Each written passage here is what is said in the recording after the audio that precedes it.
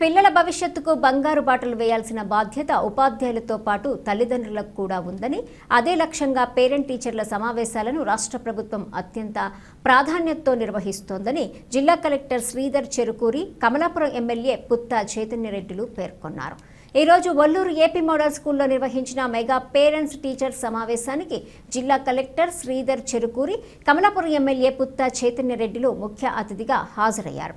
ఈ సందర్భంగా వారు మాట్లాడుతూ విద్యార్థుల భవిష్యత్తును దృష్టిలో ఉంచుకొని రాష్ట్ర ప్రభుత్వం అనేక సంస్కరణలు ప్రవేశపెట్టడం జరిగిందన్నారు. మెగా పేరెంట్స్ టీచర్స్ మీట్ అనే బృహత్తర కార్యక్రమం పిల్లల భవిష్యత్తును ఉన్నత స్థాయిలో నిలబెట్టేందుకు దోహదపడతాయన్నారు. గత సంవత్సరం మొదలు పెట్టారు, ఈ సంవత్సరం నుంచి ప్రతిసారి జరుగుతుంది. మీ పిల్లల గురించి నేరుగా వాళ్ళు ఎలా ఉన్నారో టీచర్లతో మాట్లాడి వాళ్ళ ప్రోగ్రెస్ రివ్యూ చేస్తూ, ఇంకా మీకున్న ఏవైతే మీ పిల్లల గురించి డౌట్లు ఉన్నాయో అవన్నీ కూడా వాళ్ళతో డిస్కస్ చేస్తూ వాళ్ళ గురించి తెలుసుకోవాలని చెప్పేసి ఈ ప్రోగ్రాం పెట్టడం జరిగింది. అవన్నీ జరుగుతున్నాయా? ఊరిగా వచ్చిపోతున్నామా? ఏమా క్లాసులో పోయి మీ పిల్లలు ఏం చదువుతారు, ఎట్లా చదువుతున్నారని మీకు అన్ని ఎక్స్ప్లెయిన్ చేసినారా? మీకు అన్ని అర్థమయ్యేటట్టు చెప్పినారా? అన్ని చెప్తా ఉన్నారా? మీ పిల్లలు సరైన మార్గంలో పోతున్నారని చెప్పి మీకు ఒక మంచి అవగాహన వచ్చిందా?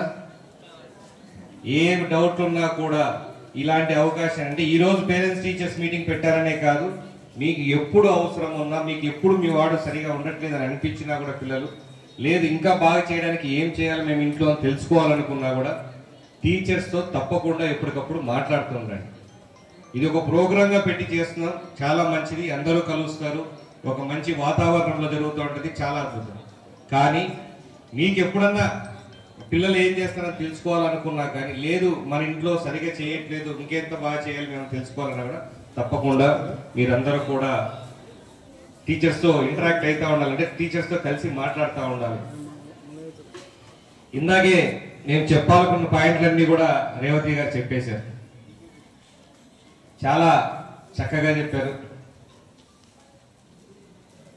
ఫస్ట్ పాయింట్ నాకు దాంట్లో నచ్చింది ఏంటంటే, ఆడపిల్లల్ని తల దించుకోమని చెప్పే రోజుల నుంచి బయటికి రావాలి, ఖచ్చితంగా వాళ్ళు పై స్థాయికి వెళ్ళాలి, పిల్లలందరినీ మంచి పొజిషన్లో చూడాలి అని ప్రతి ఒక్కరికి అలా ఉంటుంది.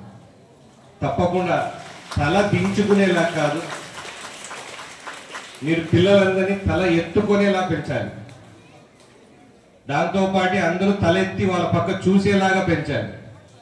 ఇది ఈ స్కూల్ నుంచి నేను ఎక్స్పెక్ట్ చేస్తుంది, మీ టీచర్స్ దగ్గర నుంచి. దీనికి చాలా అవసరం. Discipline is the four most important. చదువుతో పాటు డిసిప్లిన్ ఖచ్చితంగా మీరు నేర్పించాలి. ఆ డిసిప్లిన్ ఎలా అంటే, చాలా మంది ఇక్కడ తల్లిదండ్రులు పనులకు పోయో కష్టపడో చదివించే వాళ్ళు ఎక్కువ మంది, ఉద్యోగాలు చేసి చదివించే వాళ్ళు చాలా తక్కువ మంది.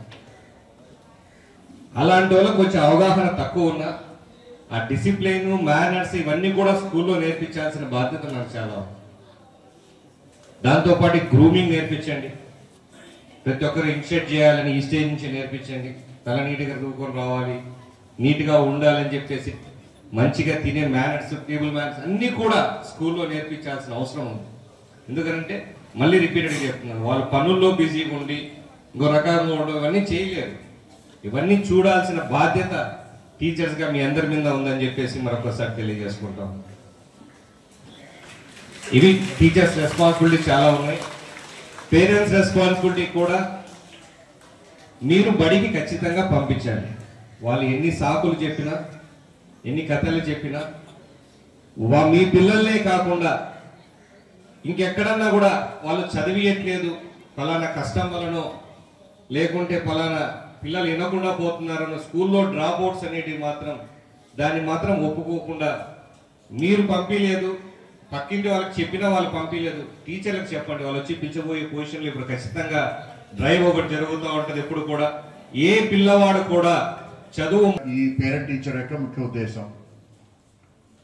ఇది ప్రతి 6 నెలలకి, అంటే సంవత్సరంలో 2 సార్లు స్కూల్ మొదలైనటువంటి ఈ జూలైలో మనకి స్కూళ్ళు జూన్లో మొదలవుతున్నాయి. ఒక నెల రోజుల పాటు గ్యాప్ ఇచ్చిన తర్వాత మొట్టమొదటి మీటింగు, తర్వాత 6 నెలల తర్వాత హాఫ్ ఇయర్లీ పరీక్షలు అయిన తర్వాత మళ్ళా స్కూలు పరీక్షలు సెలవులు అయిన తర్వాత రీఓపెన్ అయినప్పుడు మళ్ళా రెండోసారి సుమారుగా డిసెంబర్ నెలలో రెండో పేరెంట్ టీచర్ మీటింగ్ అనేది ప్రభుత్వం ఏర్పాటు చేసింది.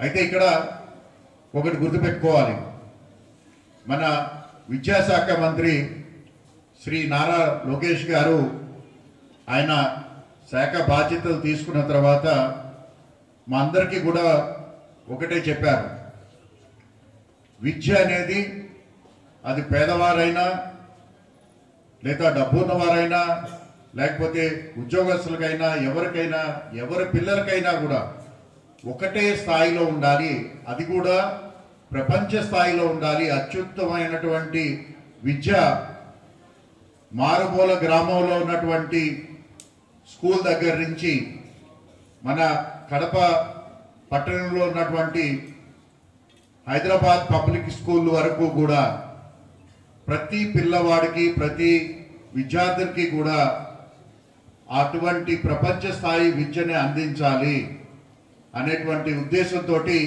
గత సంవత్సర కాలంగా చాలా మౌలికమైనటువంటి మార్పుల్ని తీసుకురావడం జరిగింది.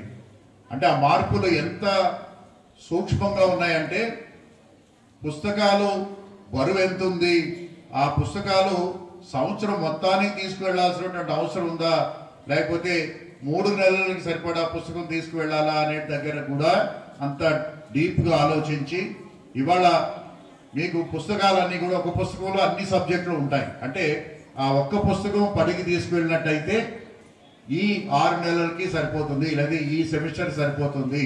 అంటే అంత మైక్రో లెవెల్లో కూడా ఆలోచించి విద్య అవసరమైనటువంటి మౌలికమైనటువంటి సదుపాయాలు క్రియేట్ చేయటమే కాకుండా అంటే మంచి వాతావరణం, మంచి క్లాసు, అలాగే మంచి ఎక్విప్మెంటు, అలాగే దాన్ని బోధించడానికి మంచి టీచర్స్ అవే కాకుండా చాలా సూక్ష్మమైనటువంటి ప్రణాళికతోటి అకాడమిక్స్లో కూడా పూర్తిగా సమూలమైనటువంటి మార్పులు తీసుకొచ్చి ఈరోజు మీ అందరికీ కూడా ఒక నాణ్యమైనటువంటి విద్యని అందజేయడం జరుగుతూ ఉంది.